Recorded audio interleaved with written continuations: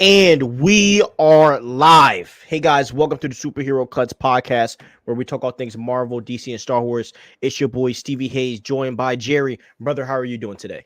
Fantastic. Thanks for asking. How you doing? Good, man. Another just good week of look, bro, coming off of X-Men 97, man, I'm in a pretty great mood. And you and I have talked. We are both in just great moods at the moment. Just coming off of the X-Men high, we're always talking about Superman and stuff. It's been a great, it's kind of been a great time.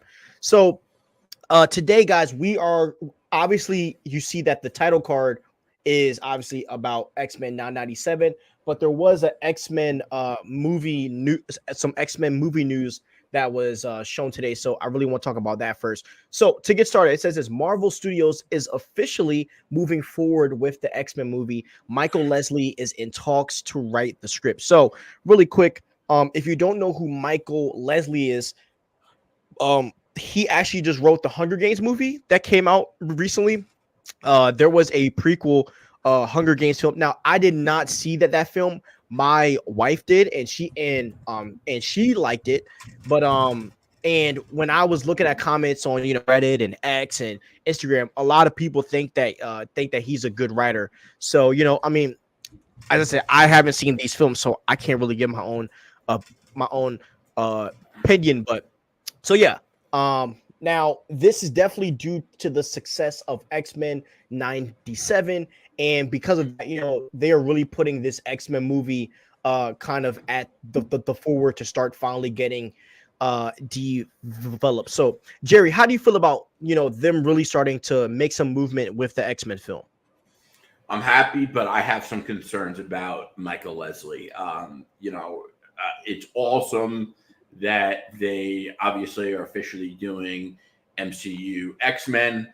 I definitely think the important piece here is that they should keep the roster small. I think that fans are. Everyone's been talking about the X-Men for so long when it comes to the MCU that I think fans are getting ahead of themselves. When you look at the Fox X-Men, I think it worked in large part because it started off both in the first X-Men movie and the first Class movie, which was the first movie of the reboot, soft reboot, whatever you want to call it. The rosters were small, and the MCU Phase 1 worked because they slowly introduced characters so that by the time the Avengers came, we knew the characters on the main roster. And if we didn't, we knew Black Widow, and you get what I'm saying. So I think that they shouldn't bite off more than they can chew. The X-Men roster could get very deep and could become overwhelming, and I don't think that the movie should try to do too much. I think that's one of the things that Fox was really good at, was keeping the rosters pretty minimal, and it allows you to get a chance to develop those characters' relationships and chemistry, and I think that's really important. My issue with Michael Leslie is, listen, I'm not a Hunger Games fan, but I have heard that those movies, prioritized agendas over entertainment, and we all know that doesn't end well.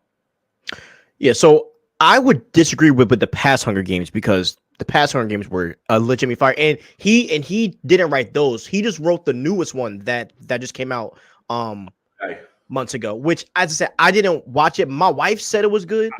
I've never watched yeah. Movie, so really? I'm going off what I heard. Yeah, bro. The originals are fire. You would, I think you would really like them. Yeah, they're actually. I'll check them out. I'll check them out. Super dope. But and I don't recall any. I mean, mind you, bro, this is like early 2000s. This is when that stuff was pretty much like, right. So, but I'm not sure about the new one. But now that this guy is in talks, I might have to watch that this Saturday and give it a look for myself. And then I'm gonna have to tell you, bro, it's cooked. I'm like, but not so. I mean, this Michael Leslie guy. I mean, writing a script is one thing. I would want. I really want them to get someone that is more experienced. One of the things that need to happen, either Bo DeMaio or the people that were on the team of Bo DeMaio needs to be in that writers room, because what they did with X-Men 97 was utterly amazing. And I think that, whoever they had on the back team, and that's what my guess is that they are probably doing, is like they're going to have that lead writer, but they're probably going to surround him with some of those guys from the X-Men 97 crew. So I hope that that's what they're going to do, because when you have people like the X-Men, you need people that know the content inside and out, because these are 6 to 20 characters that you have to be able to outsource and work.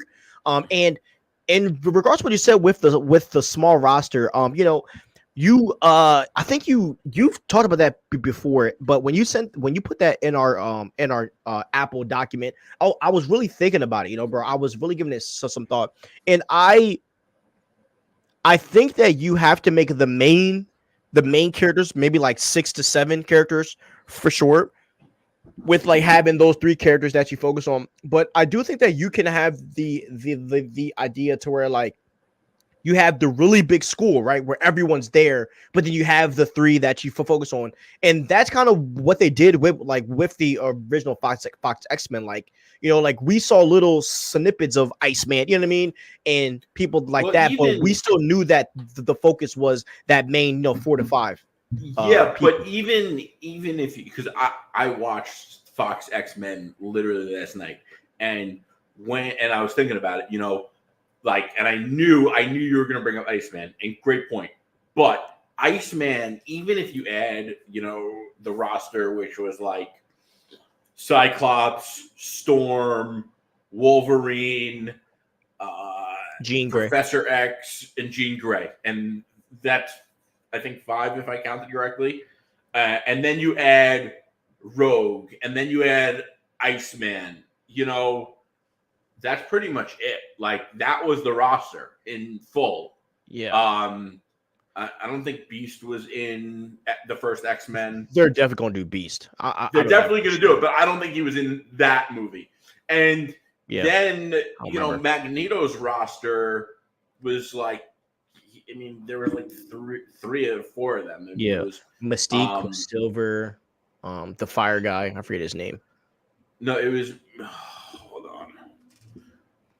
Yeah, I'm not going to look it up, but there was like maybe 3, 4 of them, maybe 5. So it was pretty limited. And listen, the second you start adding characters that people don't care about, and they're there just to have an expansive team, then you got a problem.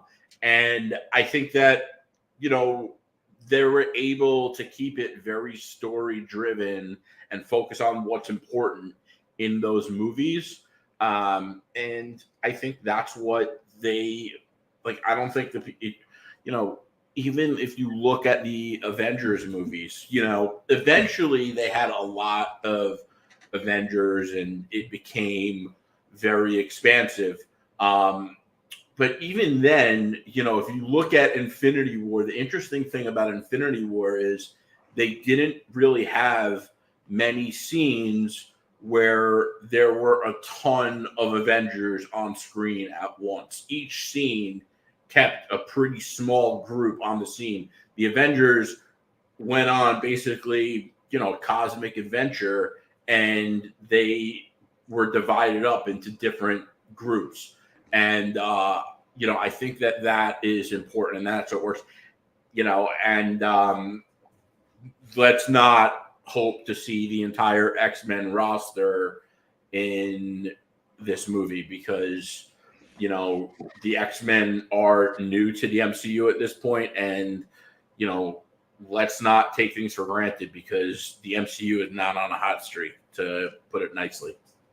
Yeah, I think that Gambit and Rogue are definitely going to be on that roster. I think that they're very popular X-Men. Like, I think those are people that you have on. Like, to me, as like, I think if you have Wolverine, Cyclops, Beast, Jean Grey, Rogue, Gambit, I think like that's a pretty chill roster. And whoever I miss of the main characters, like I think that obviously Professor X has to be there. And, Yeah, but I think that's a fair roster. I think that's fair. I think that's a fair roster. And listen, the 5 or 6 people is a good amount of characters. Like you could do a lot with that. But the second you start getting to 9, 10, 11, 12, like it's too many people. It's too many people. It's too many people. It's too many people. And that's why. And then when we get to the phase 2 of X-Men, and then you have Colossus, Kitty Pryde, who I love. Kitty Pryde's one of my favorite X-Men. Right. You know, Iceman, Emma Frost. I mean, like you can go. The list is endless for like X-Men. And that. By the way, you know, you could still have Emma Frost in X-Men 1. Like, you know, the X-Men roster it isn't the villain roster. The X-Men aren't the villains. Like Magneto could be the villain and have his own roster because the X-Men, you know, doesn't encompass all mutants. That's Charles Xavier's team, you know, for sure. And you could add, and then that's I forgot about Nightcrawler. Oh crap. Yeah, Nightcrawler. But my point is, you have a team of 5 or 6 X-Men, and you can have a team of villains somewhere between 4 and 6, and then you have 10 characters. It adds up very quickly. I'll be honest, I wouldn't mind benching Gambit and Rogue for Beast and Nightcrawler, and then making Rogue and Gambit kind of be the push of that second team. Because I think you have enough star power with Jean Grey, Cyclops, Wolverine. You know what I mean? Like I think that's enough like star power, and I think having Rogue and Gambit can help boost up the Colossus, the Colossus, Icemans, and those types of characters. And I think fans really do want to see Gambit because he is obviously an A-list mutant, and he never really got his time to shine in the Fox movies, other than being in X-Men Origins Wolverine, whatever it was called. Which was I love it. He was OP, but man. Yeah, he's obviously a big deal character, and he was only in that movie for a short amount of time. Are you a Gambit fan? I am a Gambit fan, but I'm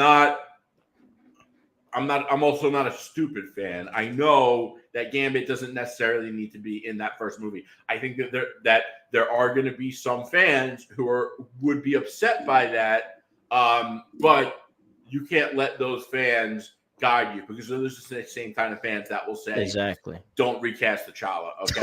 And I knew that, every episode, I'm dying. That from now on, that's how I'm going to describe stupid fans, the ones that said not to recast T'Challa. Yeah, I mean, or the ones who are like, oh, well, the X-Men are always, push their agenda, or like, you know what? It's a good thing that Silver Surfer's a woman, because like you should see more strong, empowered women. Like, man, there are so many dumb fans out there, and I've had it with them. I've just had it, and so like if you take a stupid opinion, congratulations, you made it into that category. Okoye is better than what female Silver Surfer will ever be, and I'm gonna just leave that there. Like, I'm just saying, like, I think Okoye is gonna be way doper than that. But anyways, but yeah, so I think that what's I about to say? Frick, I lost my train of thought. Frick, it was just in my mind. There we go. I think that you can even set up Gambit, bro, to be like not a part of the team. Like he could be someone that they encounter while they're on a mission or something, and then you could see him join, the X-Men like during the movie. I think they should save him to include him in the post credit. Yeah, well, yeah, bro. That's what I'm saying. Like, bro, like, what if like it's just a random freaking mission, and then he pops up, and then in the end we see him coming to the school, and then maybe him and Rogue have a moment, and then the movie just ends, something like that. Like, I think there's a lot of ways that you can incorporate these characters. It's funny you say that, because when X-Men First Class came out, Wolverine really wasn't a part of the movie other than that one bar scene. And I think the thought process behind that was like, every movie we've made, Wolverine's been the star, and now we're making a movie without Wolverine. It's a big risk. He's got to at least have a cameo. And I think they could have that same mentality with Gambit, because everyone obviously wants to see Gambit. We only got to see Gambit for a short amount of time in X-Men 97, and like I don't know. I think that everyone loves Gambit, and he's a character that always gets shafted somehow or another in X-Men movies and TV shows. And when you think about it, it doesn't necessarily. He's not one of the characters that like you have to have in the first movie. He's just not. Yeah, and we're gonna talk about in this next topic how X-Men 97 sets him up to come back fire in freaking season 2, which is pretty exciting. All right, now let's talk about the House of X, because you and I were just talking about this, and Jerry raves about Jonathan Hickman like 24/7. So I was in a Reddit chat talking to people, and then I ended up reading the first 6 issues. So could you see House of X being a part of like the way that the X-Men come into the MCU? Because I mean, we know that Kevin Feige, hold on. Let me rephrase that, okay? Because even if you don't think so, like, do you think that if they adapted that story and went right into the MCU that way, like how do you think they would do that on the live action screen? So I don't think they necessarily should go with the full House of X, Powers of X story. What's interesting, and I think what I'm going to mention and the reason why is more Powers of X, which obviously is the one that you. I'm going to read that tonight. I promise. I'm going to read it tonight. So for those of you that don't know, Jonathan Hickman writes these crazy sagas for Marvel, and basically he wrote in his X-Men saga, it's comprised of 3 different series, and the first 2 of the 3 are meant to be read at the same time. Like you read one from House of X, then you read one from Powers of X, and you go back and forth. Damn, I read it wrong.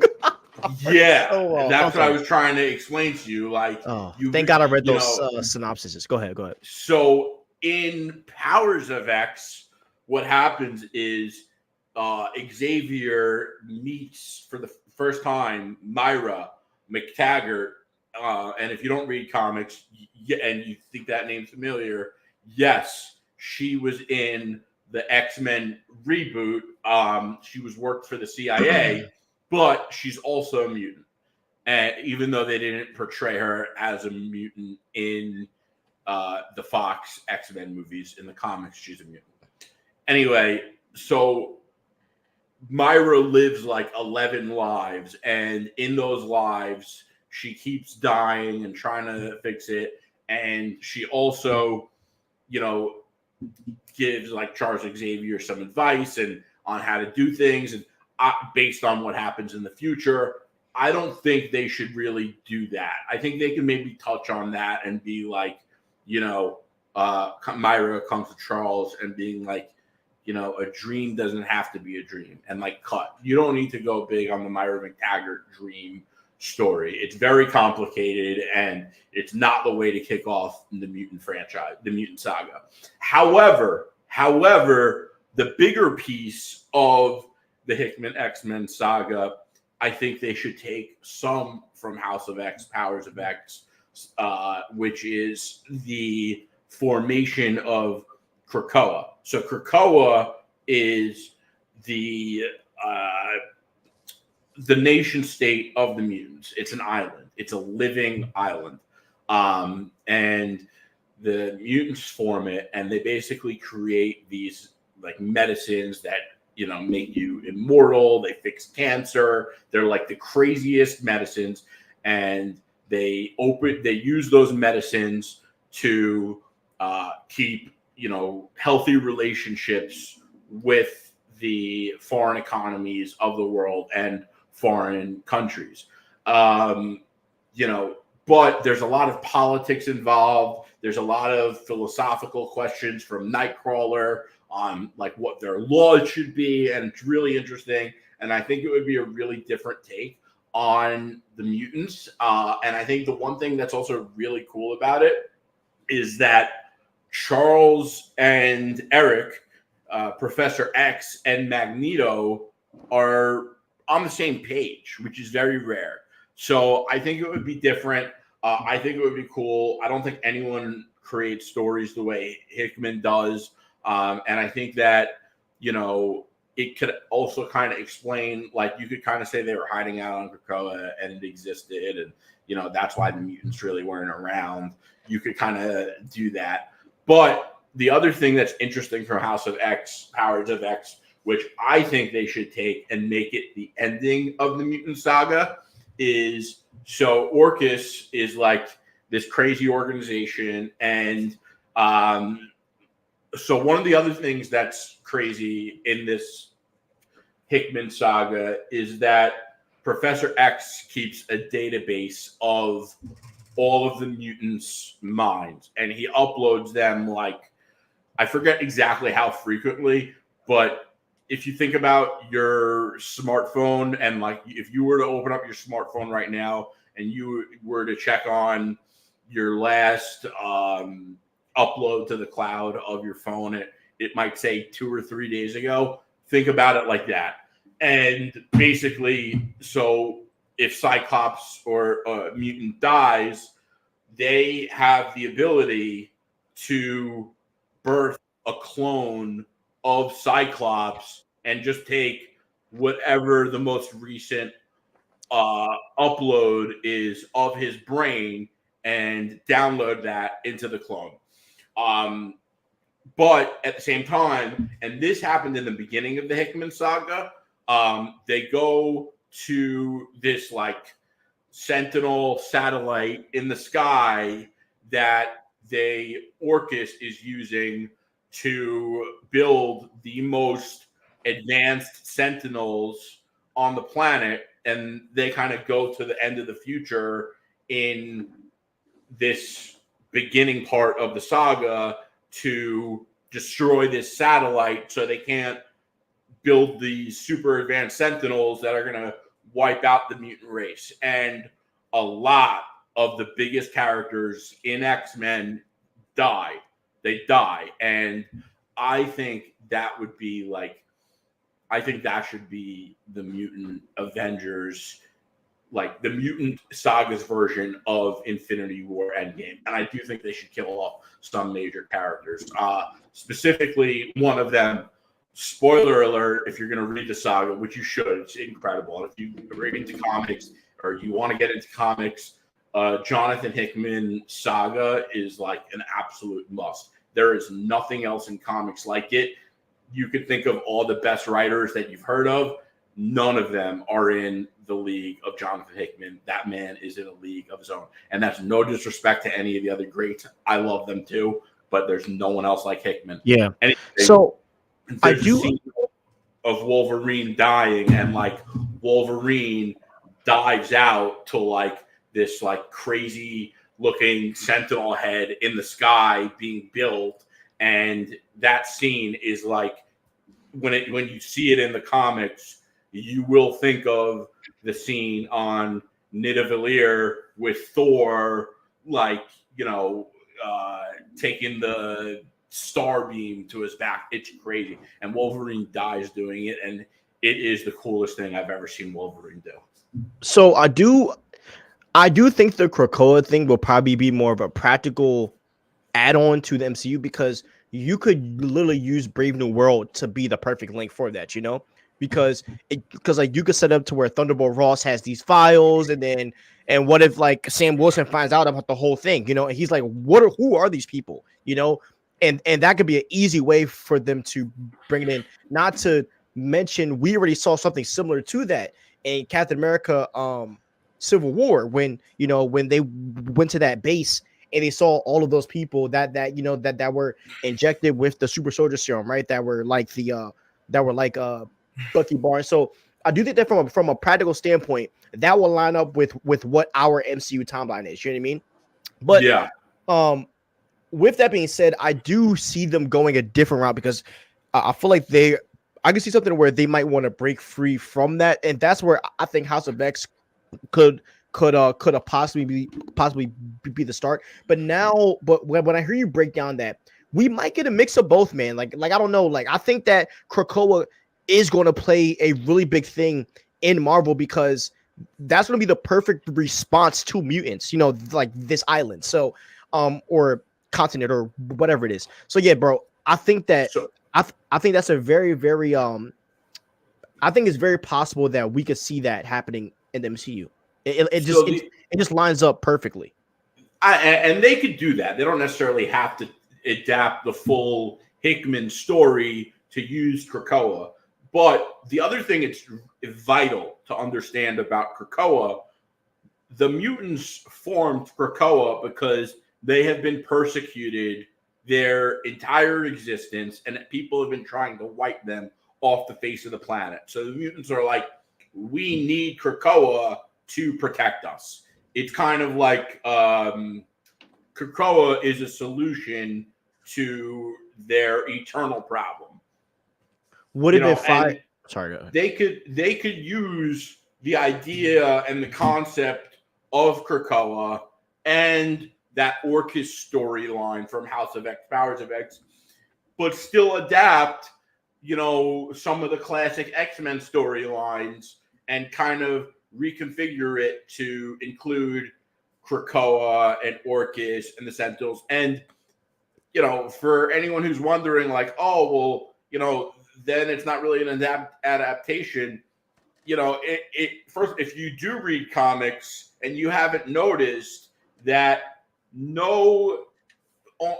almost all of the MCU has been loose adaptations. They take creative liberties, you know, and I think for one, listen, they have built the most successful and expansive franchise, you know, based on like comic books in the history of the game. Everyone's trying to replicate what they're doing. So who are we to tell them that they're wrong for taking these creative liberties? Yeah, exactly. And like the same way with Infinity Saga, they took certain things from certain comic books and stuff. I think they should do the same with Yeah. this, man. And if Infinity wasn't a loose adaptation, it would have had Adam Warlock defeating Thanos, and obviously we didn't even see Adam Warlock until Guardians of the Galaxy 3. So, you know, and your no one favorite cared. movies, And nobody cared about Adam Warlock. I did. I like Adam Warlock, but like, you know, it was an afterthought, and you know, yeah, that's just the way the MCU has been, and it's always been that way. Yeah, I would have loved to now that you say that, like I would have loved something to where like after like would have been dope instead of Wanda vanishing or dying or I don't think she's dead, but and instead of Wanda going into that sleep, wouldn't it have been dope if like the Professor X from the MCU called out to her and say, "Hey, I have a place for you to where you can go and heal." And it's freaking Krakoa, and then and then her mind just go, and she just leaves and goes to Krakoa. Like there's like you know like there's a lot of subtle ways that they get. You know, like Maybe she's there.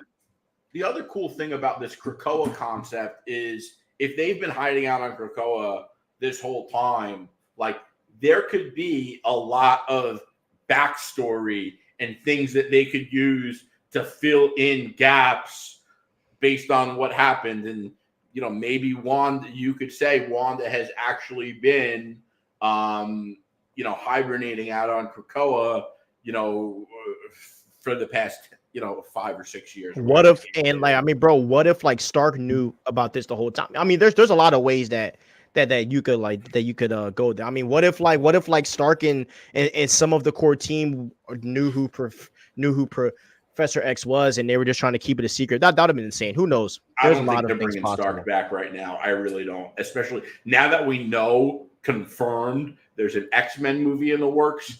I just think that listen, you'd be hard pressed to find a bigger Iron Man fan than myself.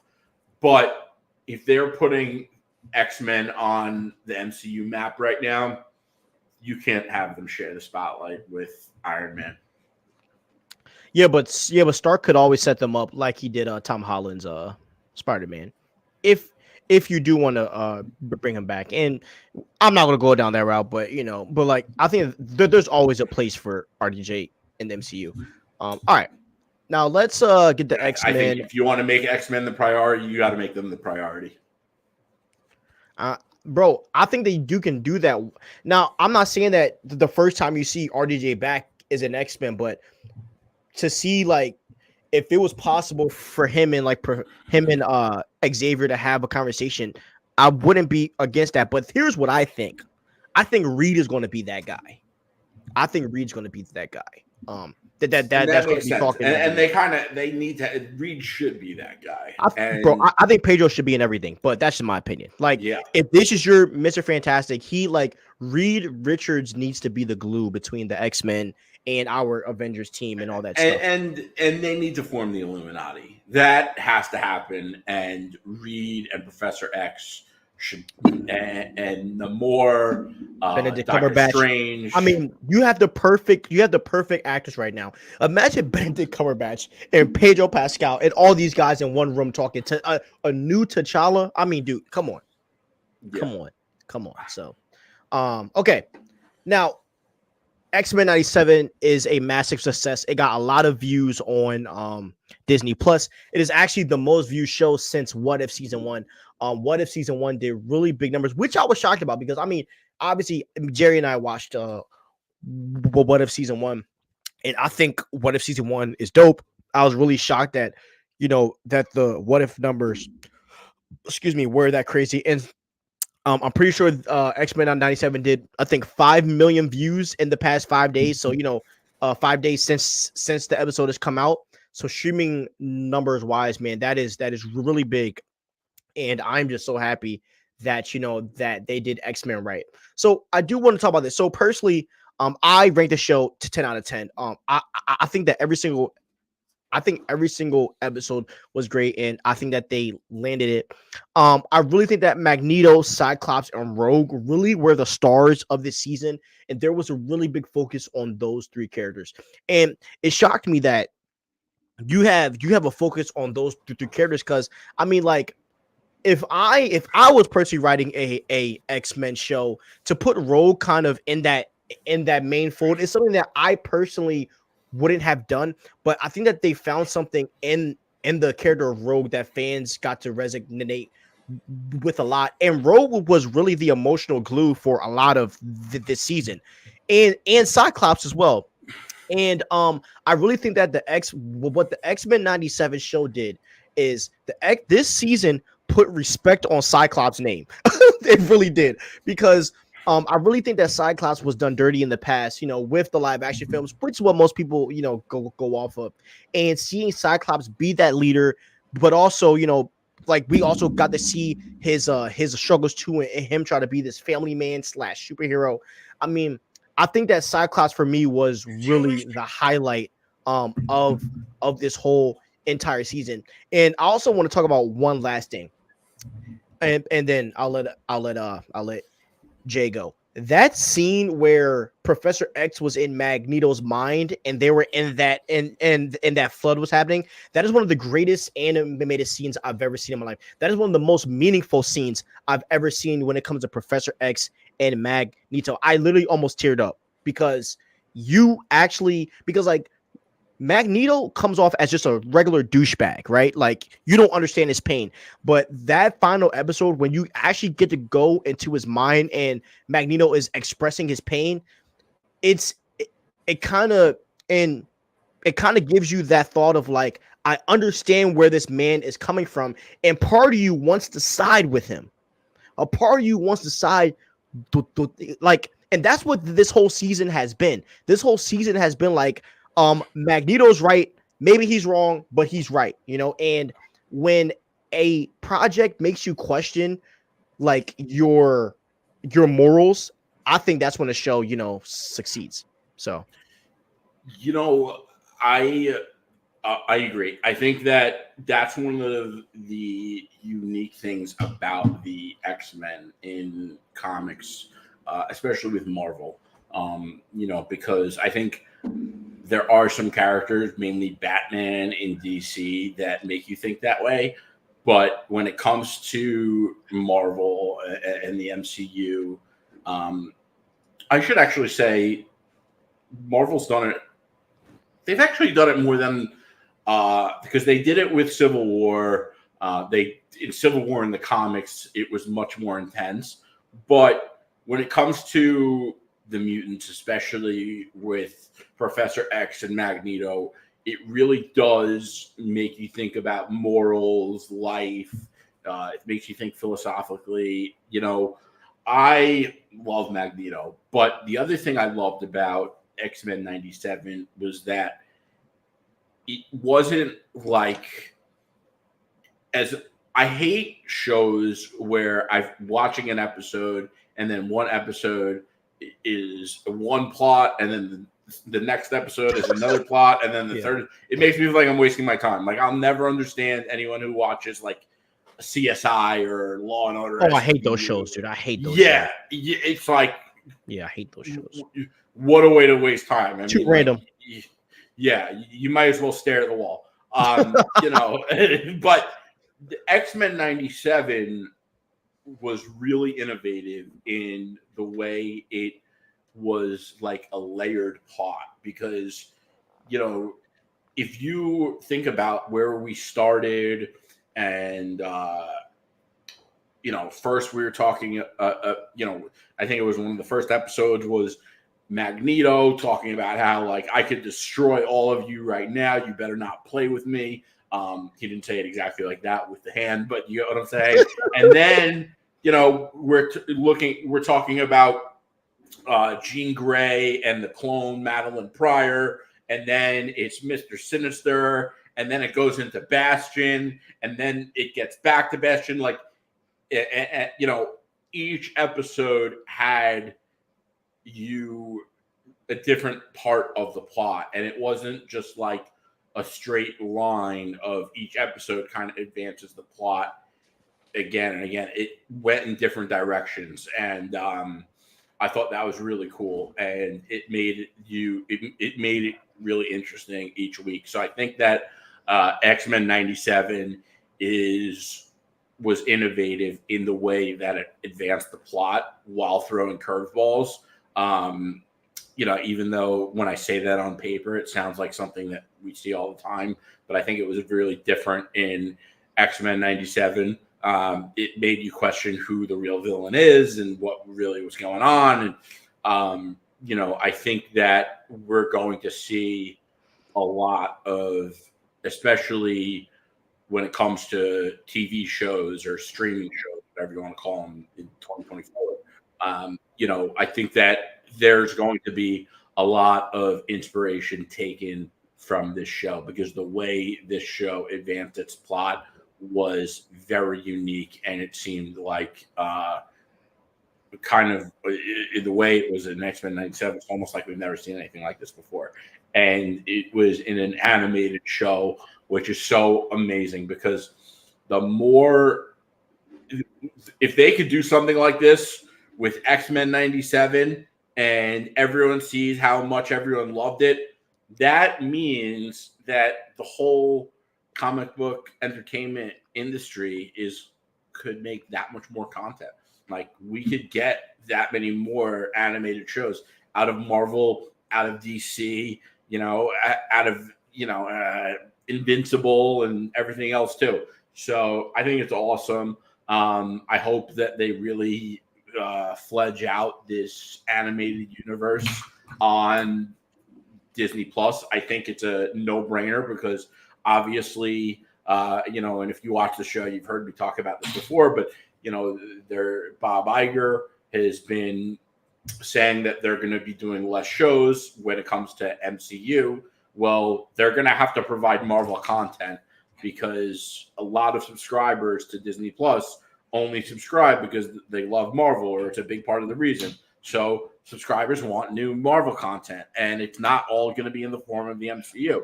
And now we know that they could do this animated universe. They've basically said they're doing a Spider-Man show. We saw a bunch of other characters. So, they could do a large number of shows, and they could do kind of what they're built in how they built the movie theaters in MCU. They can now build this like other animated universe on Disney Plus, and we just get that much more superhero content. So yeah, they literally found. I think Marvel Studios found their what they need what they need to do now. Like They they found struck their gold. yeah, exactly. Like they found their thing, and what Bo DeMille did with putting Spider-Man in there because I mean, the Spider-Man animated show ended in a type of way. So to see Peter and Mary Jane together, a lot of fans were like, "How did that happen?" So like, you can build a show out of that. And then we get Captain America, and then Morph turned into the Hulk, and Morph turned into freaking Mr. Fantastic. So like it's showing you that a lot of these characters do exist in this universe, and it opens the door and opportunity to make different shows And about these characters. and by the way, so what they also have the luxury of doing with something like this. So for example, I used to work for one of the most popular shoe brands in America, and this shoe brand has a small factory in their corporate office, and they would make a small number of shoes at this factory, and they would put them on vans and drive them to the stores throughout New York City. And then, if the shoes sold well, they would place a larger order Yeah, mass produced. in Yeah. China and then ship them throughout the country. So Disney Plus, the Marvel now has the luxury of saying, what about this new character, or let's see if fans like him and let's make him big in this new Spider-Man show in episode number 7. And if fans like it, we'll put him in the MCU movie. Like, they have struck gold because the animated universe could help them test characters, test stories, test all these different things before they make the bigger investment into the MCU. And they can know whether they're really taking a risk or they know fans already like it. And it could make the content that much better. 1000%, bro. 1000%. And the move for right now might be to get away from because I mean, look, you already paid the bread for Ironheart and Agatha, so we understand those have to come out. We get it. But maybe after these live action I really shows, wish they were. yeah, right. But maybe after these live action shows drop, maybe bro, the next move for Marvel is to just focus on animated. What if X-Men and any of the other projects that you want to do? Number one, they cost a whole lot less to make, you know what I mean? And I think that you can focus on building this animated universe while making your sole focus back on the movies. So yeah, man, I think this is something special. I think they should still do a few MCU shows. Like, imagine a show about them forming the Illuminati. Like, that would be crazy. I wish, dude. I wish we get something that cool, but yeah, but they make shows on corny stuff. So like, and that's what I'm saying. Like, what I mean? Like, all along, yeah. And even the title is like, and that song, it's so Agatha, like the whole Agatha thing. Who's messing up everything? I love that song. I think that's dope. But to do the show's corny, but yeah, I think it's cool. But bro, I think it's meant to be cringe. Like, I feel like that's the point. Like she's supposed to be a cringe character. But anyways, but I'm not going to sit here and defend Agatha because I don't really want, because I like Agatha in the show. I just don't understand why she's getting her own show. Yeah, I don't understand that. But yeah, so and I think the reason why they went this route because they were trying to save money. And then that's the real reason why I think is because I think that the WandaVision shows were so expensive because you got to hire those actors. And I think they were trying to save bread by hiring these D-list, characters, but you're not going to make money doing that. So, yeah. But anyways, man, I think that I think that you're right. I think these animated shows gives Marvel Studios a really good way to test things. And they also can build their own universe, and they could possibly, bro, make twice the amount of profit that they're putting into making these. I mean, and we're gonna talk about this later on in the episode. I mean, the Spider-Verse writers, ever since they got done these Spider-Verse films, they've been sought after. James Gunn is trying to get them to write a DCU film as we speak. There's rumors about Feige maybe trying to get them to write Secret Wars. So like, there's a lot of. Didn't they just get hired for some kind of Spider-Man show? They're doing some Sony show, some show with Sony, but But like, there's been rumors that James Gunn has been after them, and that Feige has talked to them about maybe writing Secret Wars and all these other rumors. But there's a lot of good writers out there that you can really recruit for these projects. And just saying, guys, if you do an animated Spider-Man film, you better have those guys in the room. Just saying. All right, now let's read some chats real quick. This might be a hot take, but I think the team for the MCU X-Men should be the roster you see in Wolverine and the X-Men. Oh, that's with Wolverine, Cyclops, Emma Frost, Nightcrawler. I don't think Jean Grey is in it until the end of the show. I love Emma Frost. I think Emma Frost is one of the most underrated characters in the X-Men. She just They, has that. they might do it. Man. They might do it, man. All right. She's Haven't read smoking hot with January Jones too in X-Men First Class. 1000%. Haven't read House and Powers of X, but I have a friend who did read it, and he says he'd be disappointed if the MCU doesn't base their X-Men off that storyline. Wouldn't be shocked if they do, bro. It's a very popular storyline. Also on that note, they are taking a lot from the Jonathan Hickman Avengers Time Runs Out storyline. There's no doubt they know that Hickman is that guy, and I am sure it's a big part of the conversation at the very least. Dang. A lot of people are raving about this Hunger Games writer. In our comments, or I'm just a tweet notification just popped up, and like it was on trending for a little bit. Interesting. I'm definitely going to do some more research on this guy and see some of the projects he wrote. But anyways, all right. So Brad Winderbaum teases the Nova series. Okay. So now there has been rumors about this Nova project happening forever. Now, if you don't know who Brad Winderbaum is, he is the executive producer for Marvel Studios. So he works on like a lot of the Marvel projects. Streaming too for yeah. He's a legend. Like he's been there basically from the start. And so this ain't a rumor, guys. This is confirmed because a lot of people were saying that Nova was going to be a girl, but Brad Winderbaum lets us know that it's not. Okay, so this is what he says. Nova is certainly exciting us. We've got some great ideas simmering. I think there's a lot of potential there. I love Nova. I also from the comics, especially the Richard Rider like era. We'll see what happens, but I will say that is a particular project we are excited about and are developing.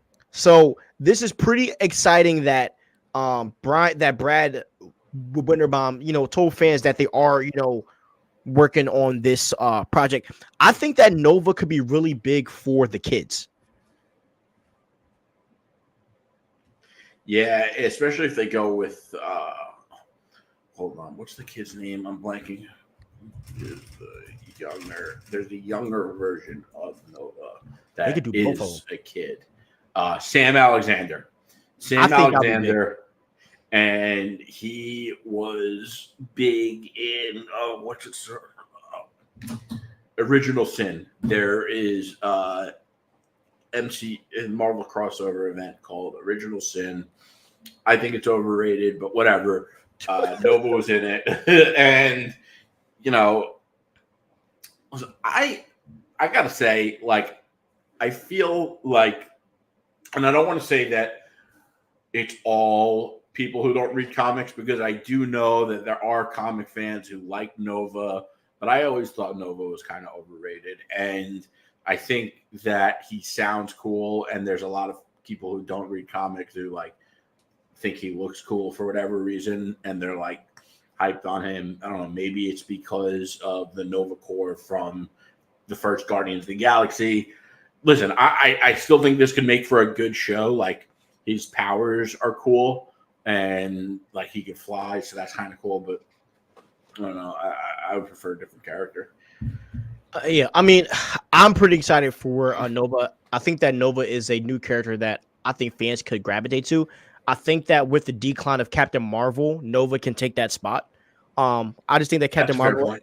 I just think that Captain Marvel is a really hated character at the moment. With Nova having similar powers to her, like anyway, And I he's think that cosmic, and exactly. I think that you can have him play like if it hits, you can have him play the role that a lot of that Captain Marvel. He could fill the same parts of the story that Captain Marvel would Mhm. have. Exactly. Uh, And if it doesn't work, then you could do a grounded, not a grounded, but you could do a superhero team with like there's an animated Spider-Man show where it's like it's white, it's Spider-Man, Nova, White Tigress, and Iron Fist, and they're all teenagers, and like the show is freaking awesome. You know what I mean? Like there's a like you could put Nova in, and bro, I'm pretty sure the show is I forget what it's called. It's not the Amazing Spider-Man, but anyways, but there's like animated Spider-Man shows where like they've had Nova in there, and Nova's like the comedy guy, for the whole show. Like he's like the idiot. So there's a lot that you can do. Real quick, by the way, if you comment, keep it clean. I don't care if I have no problem with what you said, but keep in mind we were trying to get into YouTube's algorithm, so if you write something that's like a little dirty, we might take it down just for that reason. But wait, what happened? I agree. I think what you said was awesome. I forget what someone said, but he basically wrote that he hopes Peter Parker gets with Kitty Pryde, and I think that would be awesome. Nova is literally Marvel's Green Lantern. He could be live action. Green Lantern is so much cooler than Nova, though. Like so much cooler. Come on. It's not even funny. I agree. But he's the closest thing that they have, though. Spectacle wise, yeah, but like all of the Green Lanterns, like Hal, Kyle, John, and Guy, like all of them have better personalities than all of the Novas. They're much more interesting. I know people are saying that, but like, I mean, Green Lantern's an A-list character, number one. He's an A-lister. Nova's like a B, C-lister. But bro, I really think that he could be a hit with I think that what they wanted Miss Marvel to be, and we love that show. But I think what they want her to be, he could be for the kids. So that's how. By the way, they're gonna have a problem if they basically bench Captain Marvel to put in Nova, because they fell into the trend of 2017 and they went with the whole Captain Marvel and women empower women, and now Captain Marvel didn't work, and if they reverse that, those fans that like hearing that women empower women thing are gonna be complain, and they're gonna say, they'll start name calling and all that stuff. So I think they're in a predicament. Listen, hey man, it is what it is. yeah. I mean, bro, the box office speaks for itself, and that's what people gotta say, because the same people that were complaining, where were you at when the Marvels dropped, and that's all you gotta say. Where were you at? You know what I mean? Yeah. So if they weren't there, they didn't show up. So Marvel, and that's why I think that it is really funny, bro, that Winterbob name dropped Richard Rider. There's a reason why, because there was that rumor going around that they were going to do the girl, version of him. So, by the way, smart. You know how he's smart? That's a very diplomatic way to get the point across without saying, "Don't worry, guys, it's a dude." But I also think that they need to cast right. I don't think they casted right with Brie Larson.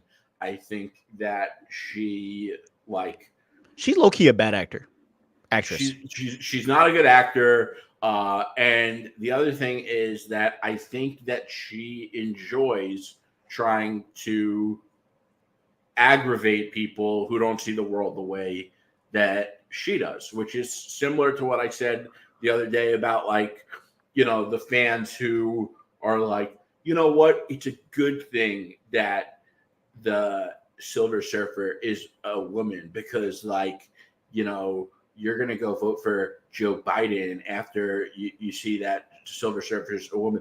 I really think that those fans just want to aggravate people and like because there's no good reason for it. There's no good reason for any of this stuff, and they need to start just making the right decisions and casting the right people. Because Captain Marvel, all that BS aside, Captain Marvel should have been like a massive hit, and the Marvels should have been a successful movie. And you could say, you know, the Marvels wasn't a good movie because the plot was bad, because there was too many heroes, because Brie Larson didn't deliver. All of that, those reasons are partially true, but at the end of the day, the movie was a box office failure. It wasn't critically well received. It wasn't well received by fans. And you got a serious problem when, you know, like you were trying to make Captain Marvel this major character, and that's the result of the Marvels. I think they do have good backups though, man, because the girl that plays Maria Rambo, the mom, Rambo. I think that she could be a really good replacement for Carol Monica Rambo. Danvers. Monica. No. Her mom. Her Oh, mom. okay. I think that the multiversal version of her, like when she fought Wanda, that was one of the best Captain Marvel scenes I've ever seen, and it was from another character. So you know, I think that they have really good backups, and I think that with having the pair of her and Monica Rambeau, because I don't think the girl that played Monica Rambeau is a bad actor. I think they can do a really good job of kind of taking that replacement for Brie Larson, because they were just trying to take Captain Marvel to a place that her character just can't go. See, like, and the issue is that they put her and Chadwick Boseman on the same tier, and you got to understand, bro. Like Chadwick Boseman is a 8. Like he's in those breeds of actors where he can pull that off.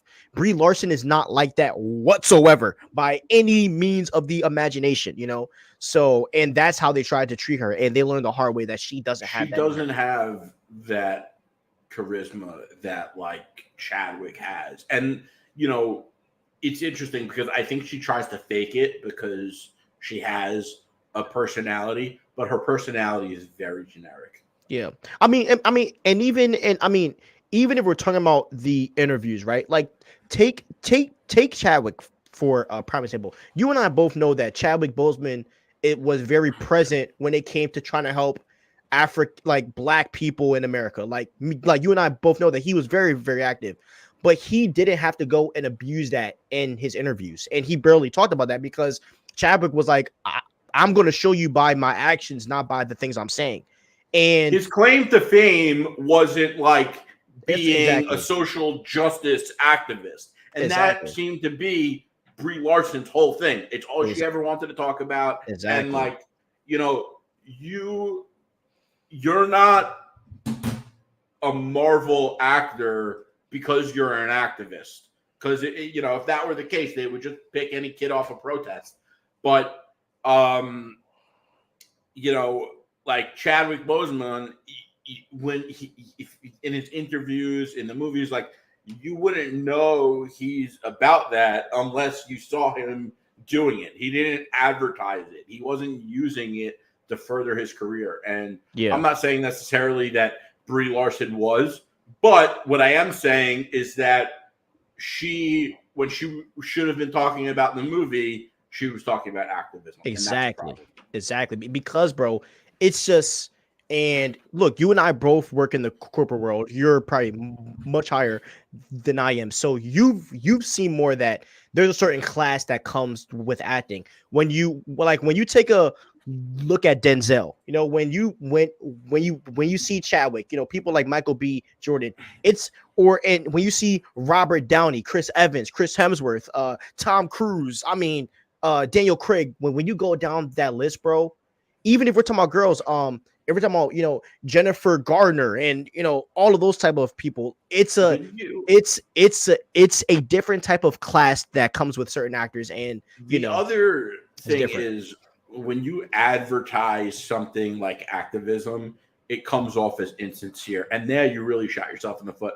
And I will say, so I used to live in the neighborhood over from Daniel Craig in New York City, and I never met him in New York City, but I met him in St. Bart's, and I'm going to get into that in a second. But when I in the city, my friends, people would see him a lot, but you would only know if you really looked because supposedly he wore a hat, a scarf, glasses. Like, if you're that big of a celebrity and you're walking on the sidewalk, you're not going to want everyone to know it's you. Not all celebs in the city do that, but a lot do. But I met Daniel Craig once, and I think I've told you this story. Long story short, it was New Year's Eve, and he spoke to me for 10 minutes, was the nicest guy in the world. And when someone is like advertising their social justice and activism, I don't get the vibe that like someone like that would spend the time on a holiday like New Year's Eve to talk to a fan for 10 minutes. Yeah. Time and place, bro. Time and place. And that's, just, that's the way business works, man. It's time and place for stuff. So, and the sad thing is that Captain Marvel could have been a good character. You know what's crazy is the movie's not bad, bro. The movie's not bad at all. Love the first Captain Marvel, and I do think that the second movie would have done better if they didn't put 3 heroes in it and they 100%. Made the plot better. Like I don't think the failure of that movie falls alone on the shoulders of Brie Larson. No. But I do fault her for a lot of things that she said in interviews that aggravated a lot of things. A lot of things she said in interviews aggravated me, but I still am able to watch a movie and judge it on its own merit. But I understand the fans that were like, I don't like her. I don't want to go see her movie. I don't like the things that she said. Do you even remember the press run that they did during Endgame? You even saw the stars getting uncomfortable around her. Remember that? Yeah, I remember that. Yeah, it was that to me was the sign of it's over for her. You know what I mean? Like, bro, Chris, you saw Chris Hemsworth and who was the other guy? What's his name? Don Cheadle. You saw them getting uncomfortable around her. You know what I mean? And it's like, I mean, and bro, by the way, and after this, we can get back on topic. So Samuel L. Jackson, right? Who plays Nick Fury? He was being like honored, right? For basically, and I'm pretty sure the award for he's like one of the most active actors of all time. He's done almost 100 films. I mean, you and I both know Samuel L. Jackson. He's always active, but Denzel walked up and said, he said Samuel L. Jackson never talks about this, but I want to read off all of the places that he donates to. And basically, he read off over 30 different organizations and colleges and schools that Samuel L. Jackson donated to. And think about this, bro. Samuel Jackson has been on the center stage 1,000 times and has never said a word about the actions that he does in private. That's class. I mean, he does it for the right reasons. It's funny. There's a Curb Your Enthusiasm episode about that. And it's about donations being anonymous. I'm not going to get into the whole thing, but obviously, when you're not supposed to compliment yourself, you're not supposed to brag that you did a good deed. Yeah, for sure. All right, now let's read some of these chats. Oh, whoops, that was my bad, bro. The world is yours, baby. The world is yours. You think Marvel and DC will have a race to see who gets Glenn Powell, Cyclops, and Green Lantern? I'll be surprised if Gunn doesn't. I don't want Glenn Powell to be Cyclops. I would love him as Green Lantern. I think he's perfect. I want him as Hal Jordan, around the same age. Yeah. I want him as Hal Jordan. I don't want him as Cyclops. I really want Kitty Pryde to be Tom Holland's Spidey new girlfriend. That would be interesting, but I doubt that's going to happen because Zendaya Coleman is one of the biggest actresses in the world. I remember when Brie Larson said, we're not going to go down this route, bro. We will be here for an hour ranting about how Superman will cook. She is delusional. Anyways, all right. Now let's talk about some Spider-Man 4 stuff. So I'm gonna drop 2 things of news and then we'll talk about it. So Miss Marvel directors Adil El-Arbi and Bilal Fallah are reportedly on Marvel Studios shortlist for Spider-Man 4. And then the second bit of news is that, and this is a rumor. Venom will make an appearance in Spider-Man 4, although he won't be the main villain, and also that the symbiote will be playing a really big role in Spider-Man 4. So let's go one by one. So how do you feel about the Miss Marvel directors being on the short list to direct Spider-Man 4? I am not opposed to it, and I'll tell you why. I think they did an amazing job with the action, the chemistry, the effects, but above all, the Miss Marvel show was really good with making the show feel fun. Like it felt so much fun. Like so much fun. It was so much fun. I had a blast watching it. And those are the kind of vibes that you need from a Spider-Man project.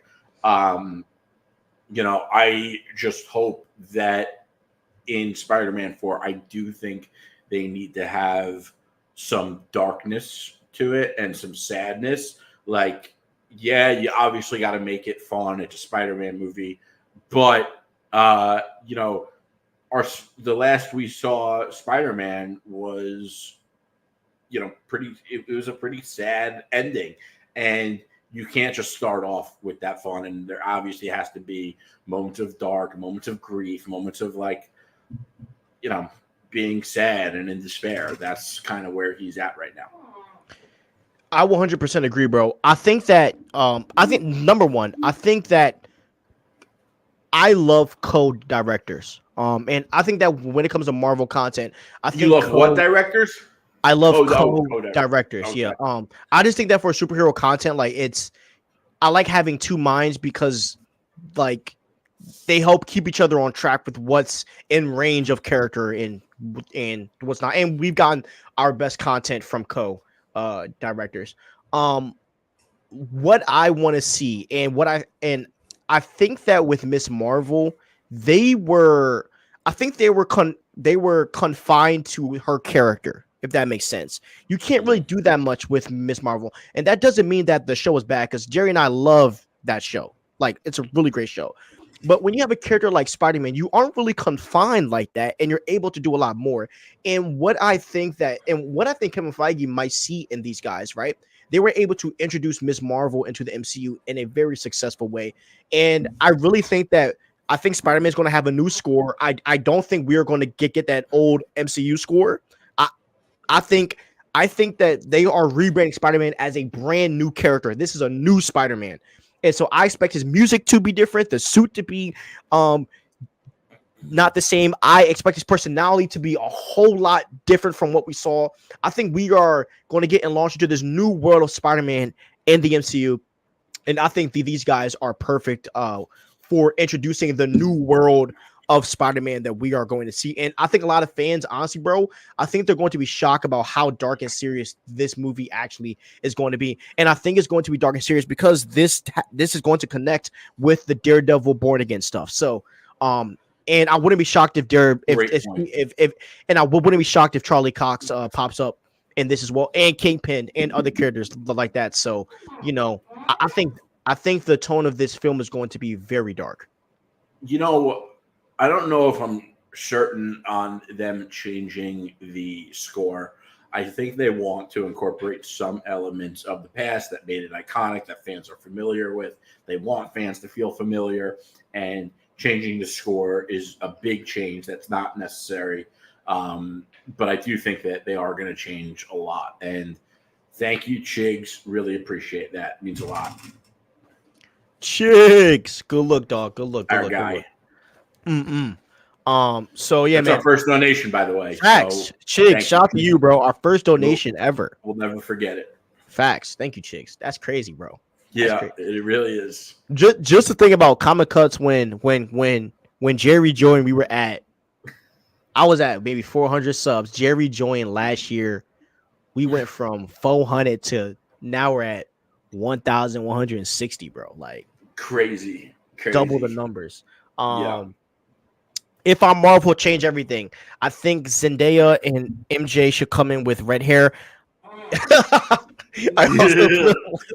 I also feel like they should have Peter finally reference Uncle Ben, bringing a Hardy. I'm kidding. I'm playing. Bringing Harry Osborn. And Jerry and I have talked about this 1,000 times. We would love Ned to take a rest. Like Ned was cool for them MCU, but we need Harry. And if we're bringing in the Thunderbolts, yo, we need Norman Osborn. Would you would you would you would you like go crazy if Norman is in Thunderbolts? Yo, I would lose it. Norman was the coolest part of Thunderbolt because Norman in that storyline, I gotta read it. He takes over Stark Industries. Okay, he's badass. I think I read it via Invincible Iron Man. So the Matt Fraction Invincible Iron Man. I read so many comics that like there are stories that are parts of runs that I forget where I read it, and then sometimes I read it, but I didn't read the full crossover, and then I run into that same storyline again in another series. But the Matt Fraction Invincible Iron Man is my favorite Iron Man run. It's one of the best runs in comics, period. You should definitely read it. But you could also look up what comics were part of the storyline where Norman Osborn takes over Stark Industries, but obviously the Iron Man run is going to show that most prevalently. But what if yeah, what if like in Ironheart, bro, like they introduce like they just like hijack it and introduce Norman Osborn. See, like that would be really cool. And they have because they could still show Norman taking over Stark Industries. You don't necessarily need Iron Man to do that. Yeah, and what if Ironheart's just kind of like we're just seeing it from her perspective? I hope they take advantage on it, but I think that they're making the show because they have a contractual obligation. Yeah, but I mean, I think that's why they're doing this, and I think that's why they're doing Agatha. But I know they made a lot of changes, the same way they made changes with like Echo to make it more watchable. So, we'll see. Yeah, they did kill it with Echo. Facts. Oh yeah, how do you feel about Venom popping up in Spider-Man 4? Possibly. It's funny because before we got on, I was thinking I would like that. I think there are a couple of villains that would make for a good choice for this, and I think that I think Ezekiel is one that a lot of people don't talk about from enough. Madam Web. He was in Madam Web, but he's from the J. Michael Straczynski run, and he's about the spider totems and Ezekiel. The other thing about Ezekiel is he's a very successful entrepreneur, and Peter has a period where he becomes friends with him, and I think that could add a lot to the story, and it would give an opportunity to show growth and character development on Peter's side, where like Peter's like an adult. So I think that the Ezekiel's like, I don't just think which villain do I like. I think which villain could serve the story the best. And I think that's what a lot of people don't think about. They just think, oh, well, there's like a lot of water, so Mr. Freeze could freeze the water. That is one of the stupidest theories I've ever heard in my life. It's so dumb. It is so dumb. It's one of the worst theories. Yeah.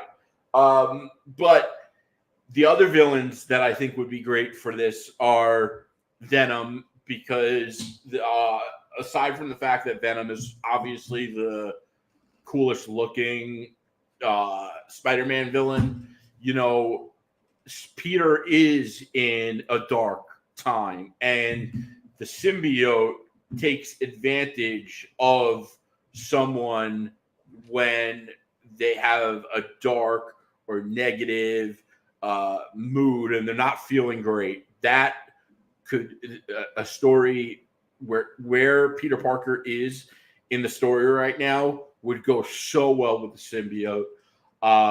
And I also think that a Kraven story could work. Aside from the story, we've never seen a Kraven Spider-Man movie. And I think where Peter is right now going up against a villain who lives for the hunt would make an already challenging time much more challenging, and it would see him reprioritize things in his life. But I think of that list, I think Kraven's number 3.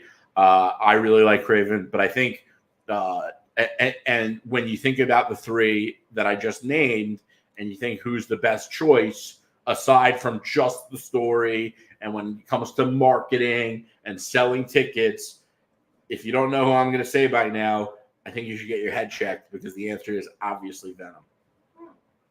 1,000%. I agree.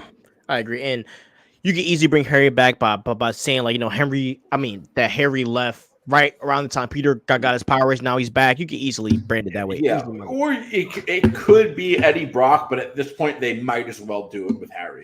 They 100%. Did it in the video game, and it worked. Yeah, it worked. You need to have Harry, and then if they bring in Harry, it gives them a chance to bring in Norman Osborn and plant him for later. Yep. So, all right, let's read some chats. If I'm Marvel, I already read that.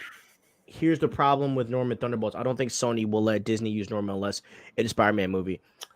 I'm possibly disagree with that, because they haven't done anything with the Osborns forever, and they're only doing the Spider-Man animated films right now. So I honestly wouldn't be shocked if Norman Osborn is going to start being used, and Harry. Here's the other thing you have to think about too. If Sony allows Feige to use Norman, then Sony could say, you owe us. And Sony would love to tell Feige, you owe us. Not to mention, we just got Norman in No Way Home, so anything's possible. Yeah. In my opinion, the Green Goblin. I don't think. I would love to see Willem Dafoe. No, I don't want him. But I like him, but I think it should be someone else, because I think it's going to be a very different take on Norman Osborn, to not just see him as the Green Goblin. Like, let's see him as a ruthless entrepreneur, Yep.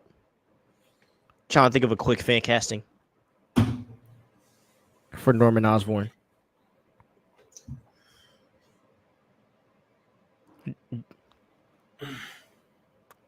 Bring James Franco. I'm just kidding.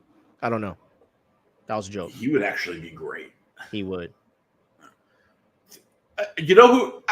Everyone who I feel like there's so many actors that everyone's like, oh, well, he should play this person, and like this superhero or this superhero, and they're always like 45 or 50. Find one of those guys and use them. Yeah, old head. I agree.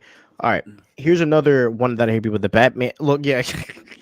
Yeah, Killer Croc in right? Yeah. When there's no superpower being in the universe, whatsoever, it seems like. He could swim on the streets. So,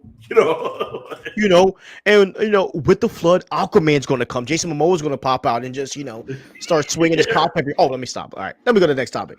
All right. Sorry. By the way, a real one thing. You have to remember, stupid people are too stupid to realize that they're stupid. Exactly. They have no idea of how universes work. All right. Well, we already covered that. Okay.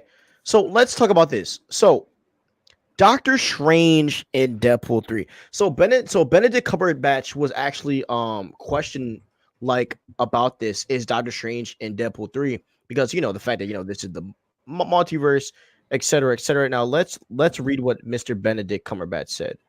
I actually don't have it saved on here. 1 second, guys. Let me find this. I hate his name. What?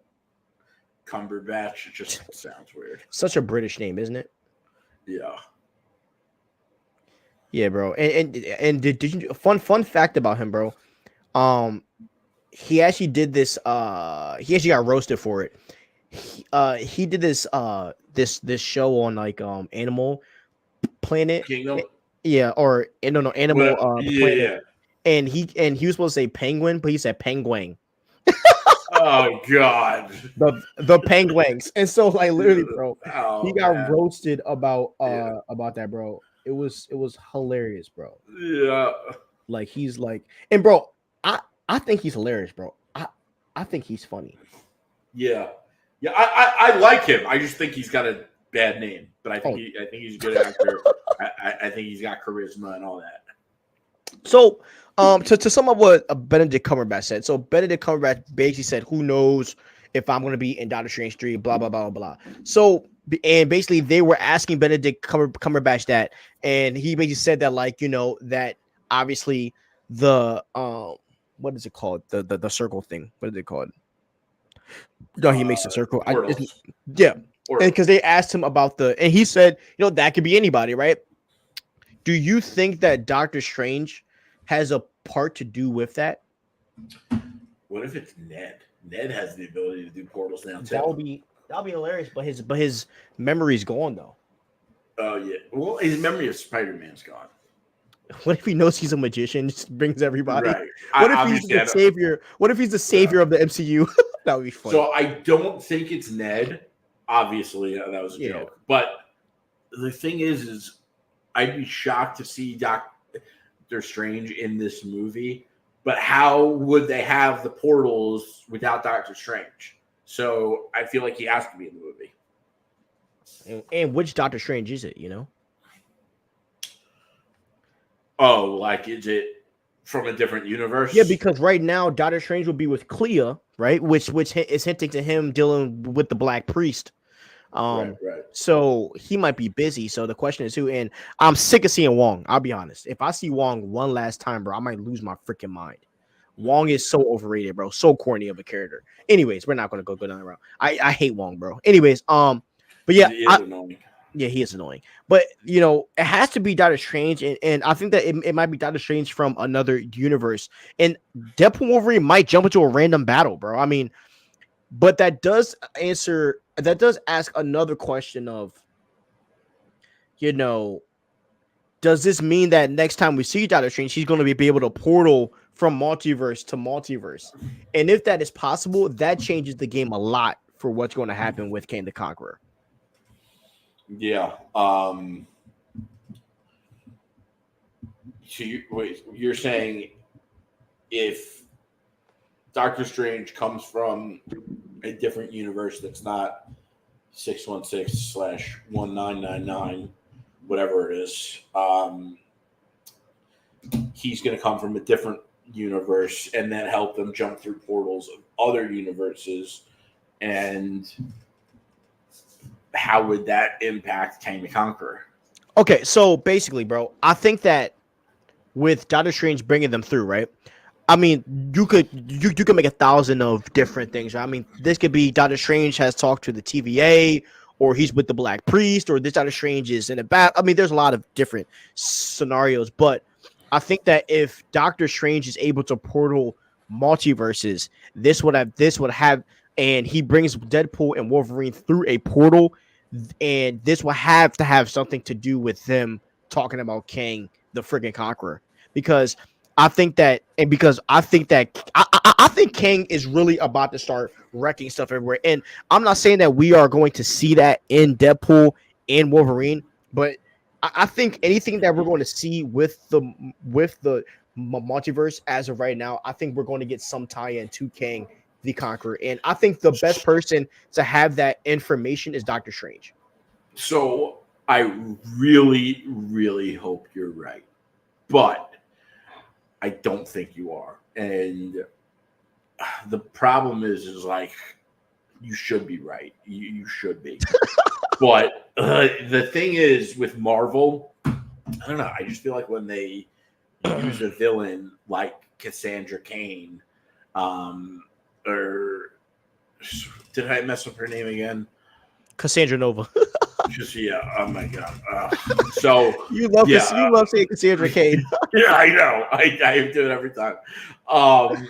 I think when they use a villain like Cassandra Nova, they're going to keep it pretty self-contained to that villain. I think they have a track record of doing stuff like that, and I think that that's a problem with this movie, because I think this movie needs to be an absolute certified banger, and not just because it's a good movie the way Guardians of the Galaxy 3 was. I think this movie needs to be a certified banger that tells us where we're going in the MCU, because nobody has any idea what's going on with the multiversal saga. now saying they're keeping Kang around. We know we're still getting Avengers 5 and 6, which 5 is TBD on the title, 6 is Secret Wars. How are we getting there? Like, and this movie is supposed to be a big multiversal movie. You have the TVA. I think if we get anything Kang related, and if it's going to come from Doctor Strange, it's going to come from Doctor Strange and the TVA. The TVA is, that's where we got Kang to begin with. And there should absolutely be some information about what's going on with Kang in this movie. And if there isn't, which I kind of don't think there is, it's a serious problem. 1,000%. So there's a lot of questions, but I think that we are going to get some tie-in after this for sure. And whether that's Doctor Strange or someone else, I think we're going to get some answers. So I'm pretty hyped about that. So, by the way, good news, man. Deadpool 3 sold out a lot of tickets, man. The highest ticket sales, pre-ticket sales of 2024. So that's crazy. I don't know how, but I got my ticket like right away. Same here. I happened to be on my phone at that moment, which I was shocked at. I bought 9 seats. Jesus. Yeah, I got 9 heads going. I got 9 heads going with me to see Deadpool. So I'm pretty excited. Shout out to Cinemark, man. Give me a bunch of free. Oh, I saw that. Yup. Shout out to Cinemark, man. They got me a bunch of free tickets. So shout out to them, bro. They really be looking out for a brother. So yeah, man, I'm really hyped, man. I'm really hyped to see this film. And it's a shame that I can't go see it with you because I gotta leave the next day. But no. We will be depending what time are you going to see it on that day? So I contemplated going during. I'm going early. But I like seeing the movie at night, and that way I don't have to take off time from work. Yeah. So I just 7 o'clock. Yep. 4 p.m. I'm seeing early. I couldn't wait, bro. I couldn't wait, dude. I'm just so impatient. I know. I wanted to do 3:30, but I like 4. Though, like for me, it's tough because I work, I have clients. Oh, for sure. Yeah. But guys, just know we will be live streaming that Saturday for a fact. No matter where I'm at in the country, we will be potting that Saturday to talk about it because you might not see my face, like I might be like this, but just know we will be talking about that freaking show because I'm about that film. So you will see my face. Hell yeah. So all right, I don't cosplay because that's whack. Dude, chill. I'm thinking about buying a copy. So. Yeah. I'm thinking about it. I went in the gym. I'm thinking Husky. I might want to get a Wolverine costume. We'll see. I gotta grow out my sideburns. We'll see. Okay. So get a claw and call it a day. All right. Okay. No, bro. I'm gonna do it all, bro. I'm gonna do it all. I promise you, I'm not gonna be like that Batman dude with the like crooked mask. I'm not gonna like a freaking. Oh man, that is so bad. Yeah. All right, but yo, just want to tell you guys something. So my Adventures with Superman drops this Saturday. I'm gonna cover that. I love that freaking show. So I'll definitely put out like a quick review. Not too crazy because shows are pretty quick, like a 20-minute episode. But yeah, we will put out a review for that for a fact. And yeah, man, we're here every day. We post every day. Follow us on TikTok. Follow us on Instagram. We're everywhere. So we love you guys. Have a great day. Have a great week. Stay crispy. Peace out. Peace.